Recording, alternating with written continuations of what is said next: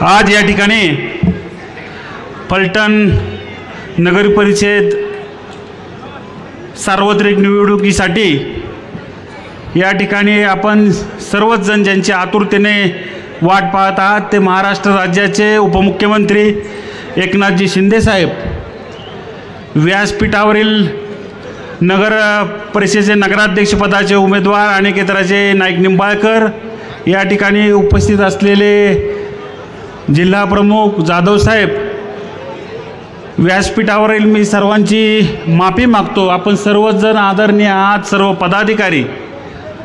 या ठिकाणी नाव घेण्यात मी वेळ वाया घालवत नाही।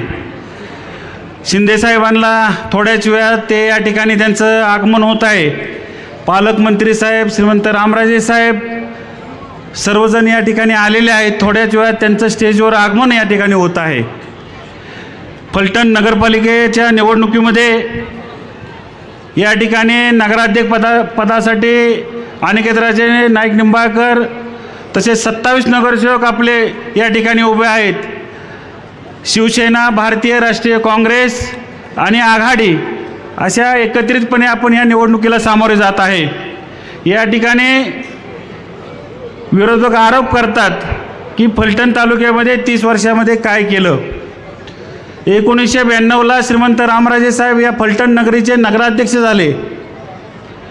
91ला रामराजे नगराध्यक्ष झाले। 92ला श्रीमंत संजीवराजे या तालुक्याचे सभापती झाले।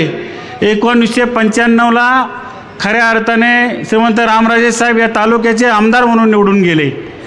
तत्कालीन अशी परिस्थिती निर्माण झाली, ना काँग्रेसला बहुमत ना भाजप सेनेला बहुमत होतं आणि प्रचंड प्रमाणात राज्यामध्ये अपक्ष आमदार निवडून आले।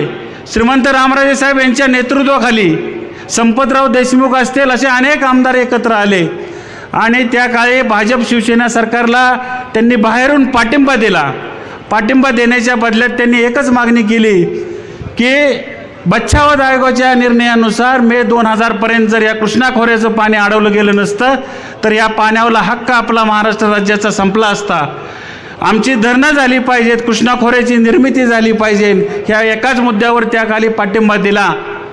मला आठवतं 1996 झाली, तत्कालीन मुख्यमंत्री मनोहरपंत जोशी या ठिकाणी सांस्कृतिक भवनाचं उद्घाटन होतं आणि शेतकरी मेळावा या ठिकाणी ठेवला होता। साबीर शेख त्यावेळेस कामगार मंत्री होती, ते या ठिकाणी आलेले होते आणि श्रीमंत रामराजेंची त्या ठिकाणी मागणी होती की जर खऱ्या अर्थानं धरणाची कामं मार्गी लागायची असतील आणि जर खऱ्या अर्थानं निरारदेवकर धोमकल बलकवडी ही धरणाचं पाणी जर तालुक्यात आणायचं असेल तर कृष्णा खोऱ्याची निर्मिती केल्याशिवाय या ठिकाणी पर्याय नाही।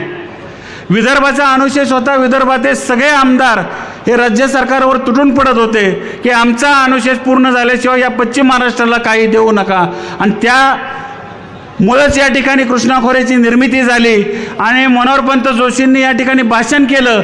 या सभेचा मीही साक्षीदार आहे की श्रीमंत रामराजेंच्या मागणीनुसार या ठिकाणी मी घोषणा करतो, कृष्णा खोऱ्याची घोषणा या ठिकाणी झाली आणि त्यानंतर खऱ्या अर्थानं या ठिकाणी कृष्णा खोऱ्यांच्या कामाला गती मिळाली। या ठिकाणी तत्कालीन आमदार गणपतराव देशमुख साहेब मागच्या 4 वर्षापूर्वी फलटणला आलेले होते। त्यांचं एक वाक्य होतं की श्रीमंत रामराजे जर नसते तर या राज्याच्या वाट्याचं पाणी हे अडलं नसतं। श्रीमंत रामराजे साहेबांचं या राज्यावर उपकार आहेत। इतका प्रचंड उंचीचा नेता श्रीमंत रामराजे साहेब आहेत। निरादेवकर धरण असेल, दोंबलकवडी धरण असेल, ही दोन्ही धरणाचे पाणी अडवलं गेले। दोंबलकवडीचं प्रत्यक्ष पाणी या तालुक्यामध्ये आलं। सालपेपासून ते बघा आंध्रपर्यंतच्या पट्ट्यामध्ये आज दोंबलकवडीचं पाणी आलेलं आपण बघतोय। या तालुक्यामध्ये 2 साखर कारखाने होते। श्रीराम सहकारी साखर कारखाना, त्याची 2500 मेट्रिक टन गाळप क्षमता होती। साखरवाडी कारखाना, त्याची 2500 मेट्रिक टन गाळप क्षमता होती। हे दोन्ही कारखाने अडचणीत गेलेले होते। श्रीराम कारखान्याचा निलाव होतोय की काय अशी परिस्थिती होती, परंतु नामदार शरदचंद्रजी पवार साहेब असतील त्यांच्या मदतीनं रामराजे साहेबांनी निलाव न होता जवाहरबरोबर भागीदारी करार केला। आज तो कारखाना 5000 मेट्रिक टनाने चालू आहे। या ठिकाणी म्हणलं जातं की श्रीराम कारखाना हे चालवू शकत नाही, परंतु जो मुत्सदी राजकारणी आहे तो नेहमी विचार करत असतो। आज साखर कारखाना चालवायचा म्हणलं 1960 साली श्रीराम कारखान्याची निर्मिती झाली। अनेक मशिनऱ्या जुन्या झाल्या। मी या ठिकाणी सांगू इच्छितो, त्यांच्या मुत्सद्दीपणामुळं कारखान्याला 100 कोटीचं कर्जही फिटलं, कारखान्याला दरही मिळतोय, कारखानाही व्यवस्थित चाललंय आणि कारखान्यावर 1 रुपयाही कर्ज नाही. आज जर बघितलं सहकारामध्ये तर कर्ज ज्यावेळेस काढलं जातं, अनेक साखर कारखाने आपण बघतो, कुणा 500 कोटी कर्ज, कुणा 300 कोटी कर्ज, माळेगाव कारखान्यावर 700 कोटी कर्ज. या ठिकाणी सांगायला अभिमान वाटतो, आपल्या श्रीराम कारखान्यावर 1 रुपया कर्ज नाही. आपल्या संचालक मंडळ आहे, 1 रुपयाचं कर्ज त्यांच्या माध्यमातून या कारखान्यावर झालेलं नाही. साखरवाडगे कारखाना सुद्धा बंद अवस्थेत गेलेला होता, 2 वर्ष कारखान्याचा सीझन चालू झाला नाही. कामगार असतील, तिथले शेतकरी असतील, सतत रामराजे साहेबांच्याकडे येत होतं की तुम्ही काहीतरी मार्ग काढा.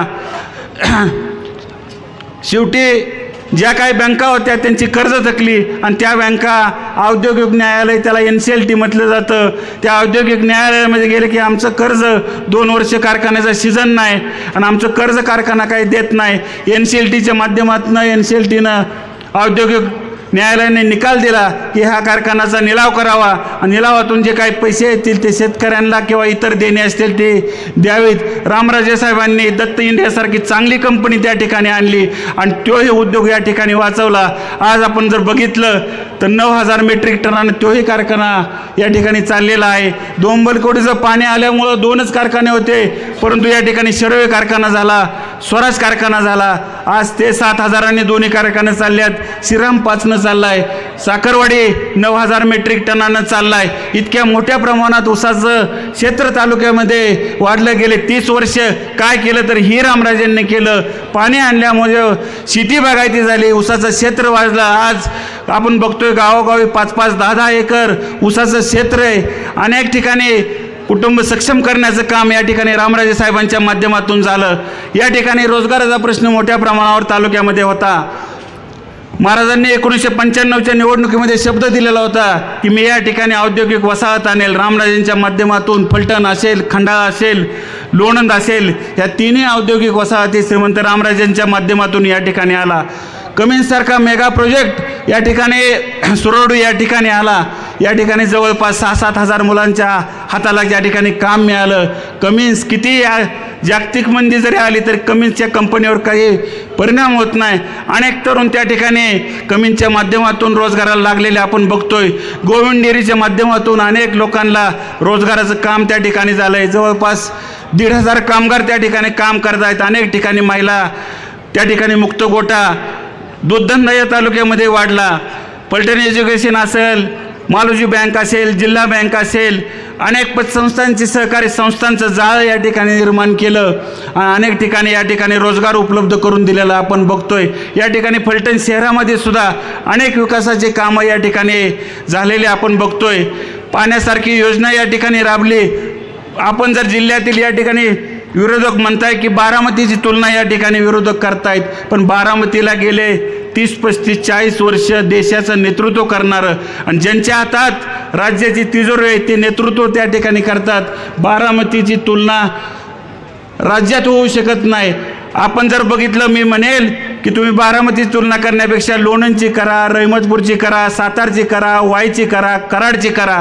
त्यांच्यापेक्षा निश्चितच आपलं या ठिकाणी शहर अतिशय सुंदर असं या ठिकाणी शहर आहे. अनेक उद्यानं या ठिकाणी उभी केली, अनेक नगरपालिकेची सुंदर इमारत या ठिकाणी उभी केली.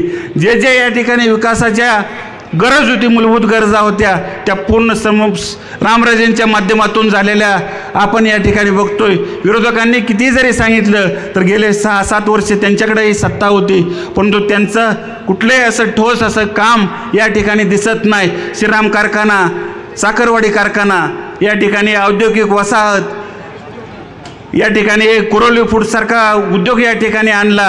अनेक उद्योगधंदे गोविंदची निर्मिती या ठिकाणी केली. अनेक उद्योगधंदे आणून तरुणाच्या हाताला काम देण्याचं इथं या केले आणि सर्व जाती धर्मांना बरोबर घेऊन जाण्याचं काम या ठिकाणी कधीही त्यांनी हा ओपन, हा OBC, हा SC कधीही केलं नाही. सर्वांना न्याय द्यायचं काम केलं आणि कुणी किती त्रास दिला कधी या ठिकाणी आपण बघतो. की अनेक जण ट्रोल या ठिकाणी महाराजांना बाबांना करत असतील, पण कधीही चकार शब्दांना त्याला कधी दम द्यायचं काम या ठिकाणी केलं नाही. अशा या नेतृत्वावर आपण विश्वास ठेवला पाहिजे.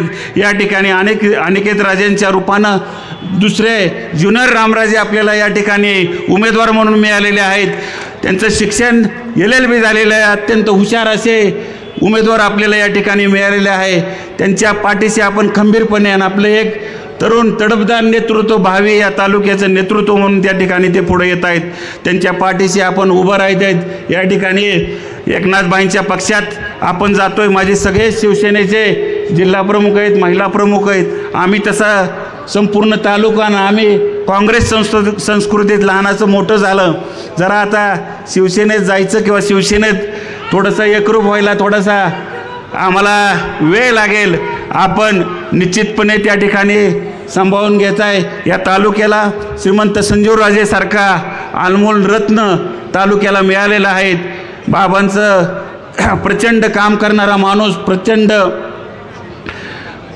हुशार असणारा माणूस या तालुक्याला मिळालेला आहे. निश्चितपणे एकनाथ शिंदे साहेब त्यांचा योग्य न्याय करतील. या मातीत जन्मलेला एक कोहिनूर हिरा आहे. आता जो रत्नपारखी आहे, जो हिरा पारखी, ते निश्चितपणे बाबांना भविष्यामध्ये वरच्या राजकारणामध्ये न्याय देतील असा विश्वास मला या ठिकाणी वाटतो. ना आपले सगळेचे सगळे 27 या ठिकाणी आपले नगरसेवक पदाचे उमेदवार आणि नगराध्यक्ष पदाचे उमेदवार अनिकेत राजे आहेत. धनुष्यबाण, छत्री, हाताचा पंजा आणि दूरदर्शन संच असे आपले चिन्ह आहेत. या चिन्हापुढील बटन दाबून प्रचंड बहुमताने या ठिकाणी विजय करा. मी दुसरं एक सांगू इच्छितो की गेल्या 30-35 वर्षामध्ये रामराजेंच्या माध्यमातून अनेक लोक या ठिकाणी त्यांच्याकडून काम करून, बाबांच्याकडून काम करून गेले. कोविड असेल, कुणाला तुम्हाला वैद्यकीय अडचण असेल, अनेक कुटुंबाला त्यांनी कितीतरी, आणि फलटण हे त्यांचं गाव आहे. रामराजे साहेबांचं नेतृत्व अख्ख्या राज्यामध्ये त्यांची वेगळी एक दरार आहे. माझी विनंती आहे की सगळे तुमचे मतभेद असतील, आपल्यात गटतट अनेक आहेत, सगळे गटतट बाजूला ठेवा. परंतु रामराजे साहेबांची प्रतिष्ठा या ठिकाणी पणाला लागलेली आहे. आपण आपले नातेवाईक असतील, ग्रामीण भागातील लोकांनी, शहरातील लोकांनी, माझी विनंती आहे सगळ्याला की ज्यांनी 30-35 वर्ष झिजून या तालुक्यामध्ये पाणी, औद्योगिकरण, शिक्षण व्यवस्था आणि सगळ्यात मोठा निर्णय घेतलेला असेल तर खंडकरांच्या जमिनी माघारी देण्यासुद्धा रामराजेंचा फार मोठा सिंहाचा वाटा आहे.